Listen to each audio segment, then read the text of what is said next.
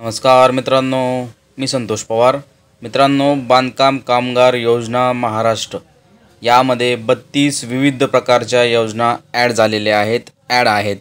यामध्ये 1 लाख रुपयापर्यंत लाभ मिळणार आहे। कोण आहे पात्र, काय आहेत कागदपत्र, अर्ज कुठे करायचा आहे, सविस्तर माहिती आपण एकाच व्हिडिओमध्ये पाहणार आहोत। त्यासाठी व्हिडिओ शेवटपर्यंत पहा। चॅनलवरती पहिल्यांदा आला असाल तर चॅनलला सबस्क्राइब करून ठेवा अशाच माहितीपूर्ण व्हिडिओ पाहण्यासाठी। चला तर मित्रांनो, व्हिडिओला सुरू करूया।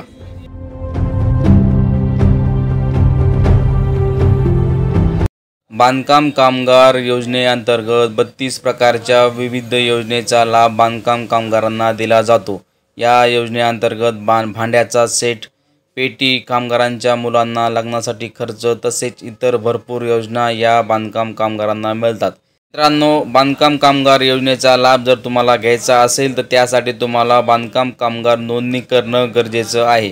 ही नोंदणी कुठे करायची आहे, कशी करायची आहे, सविस्तर माहिती आपण पुढे व्हिडिओमध्ये जाणणार आहोत। त्यासाठी व्हिडिओ लक्षपूर्वक पहा। मित्रांनो, बांधकाम कामगार नोंदणीसाठी वयोमर्यादा आहे पहा। 18 ते 60 वर्ष वयातील बांधकाम कामगार म्हणजे कोणताही व्यक्ती 18 ते 60 वर्षातील बांधकाम कामगाराची नोंदणी करू शकतो।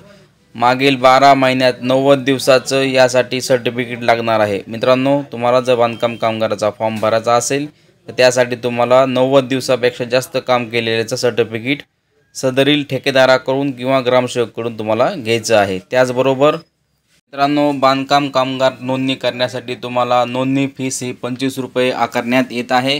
ती एकदा द्यायची आहे व मासिक वर्गणी 1 रुपयाप्रमाणे 5 वर्षाकरिता 60 रुपये तुम्हाला जमा करणं आवश्यक आहे। मित्रांनो, बांधकाम कामगार नोंदणीसाठी एकदासाठी 25 रुपये, तसं 5 वर्षासाठी 60 रुपये तुम्हाला लागणार आहेत, याची दक्षता घ्यायची आहे।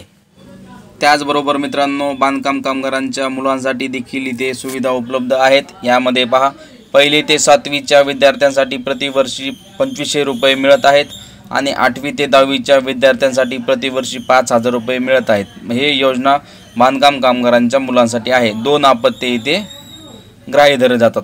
त्याचबरोबर 10वी ते 12वीमध्ये 50 आणि त्याहून अधिक गुण प्राप्त झालेल्या विद्यार्थ्यांना 10,000 रुपयेपर्यंत मदत दिली जात आहे आणि 11वी ते 12वीच्या शिक्षणासाठी प्रतिवर्षी 10,000 रुपये मदत दिली जात आहे। त्याचबरोबर विद्यार्थी पदवीच्या शिक्षणासाठी प्रतिवर्षी 20,000पर्यंत इथे मदत दिली जात आहे। म्हणजे मित्रांनो, बांधकाम कामगारांच्या मुलांना इथे शिक्षणासाठी सुद्धा मदत केली जात आहे। यासाठी मित्रांनो, फक्त 2 अपत्यालाच या योजनेचा लाभ घेता येतो। तसेच मित्रांनो, बांधकाम कामगारांच्या आरोग्याविषयी यामध्ये फॅसिलिटी उपलब्ध आहेत, म्हणजे सुविधा दिल्या जातात। यामध्ये पहा, नैसर्गिक प्रस्तुतीसाठी 15,000 रुपयापर्यंत मदत केली जात आहे। त्याचबरोबर शस्त्रक्रियाद्वारे प्रस्तुती करण्यासाठी 20,000पर्यंत मदत दिली जात आहे। त्याचबरोबर गंभीर आजाराच्या उपचारासाठी 1 लाख रुपयापर्यंत इथे मदत दिली जात आहे। तसेच 75% जास्त किंवा त्यावरील अपंगत्व आल्यास 2 लाखापर्यंत इथे मदत दिली जात आहे आणि महात्मा ज्योतिराव फुले जन आरोग्य योजना ही त्यांना सुविधा दिली जात आहे। त्याचबरोबर त्यांचं वर्षातून 2 वेळेस आरोग्य तपासणीही केली जात आहे। मित्रांनो, बांधकाम कामगारांना या फॅसिलिटी उपलब्ध आहेत। तसेच मित्रांनो, बांधकाम कामगारांचा काम कर्तव्यात जर मृत्यू झाला तर त्यांना तिथे त्यांच्या कुटुंबियांना 5 लाखापर्यंत मदत दिली जात आहे। त्याचबरोबर कामगारांचा नैसर्गिक पद्धतीने मृत्यू झाल्यास त्यामध्ये 2 लाखापर्यंत इथे मदत दिली जात आहे। त्याचबरोबर अटल बांधकाम कामगार आवास योजना शहरी यामध्ये 2 लाखापर्यंत मदत दिली जात आहे।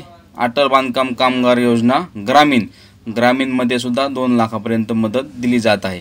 त्याचबरोबर कामगारांचा मृत्यू झाल्यास अंत्यविधीकरिता 10,000 रुपयापर्यंत इथे तुम्हाला मदत मिळली जात आहे। त्यासाठी वयोगट 50 ते 70 वर्षापर्यंत आवश्यक असणं गरजेचं आहे। मित्रांनो, बांधकाम कामगार ऑनलाईन अर्ज करण्यासाठी तुम्हाला मित्रांनो, महाराष्ट्र शासनाकडून इथे ऑफिशियली पोर्टल ओपन झालेलं आहे।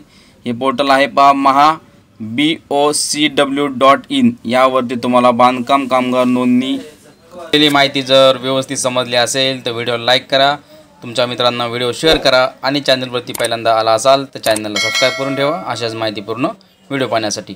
आणि मित्रांनो, बांधकाम कामगाराचा फॉर्म तुम्ही भरला नसेल तर फॉर्म भरून घ्या, साईट चालू झालेली आहे। धन्यवाद मित्रांनो।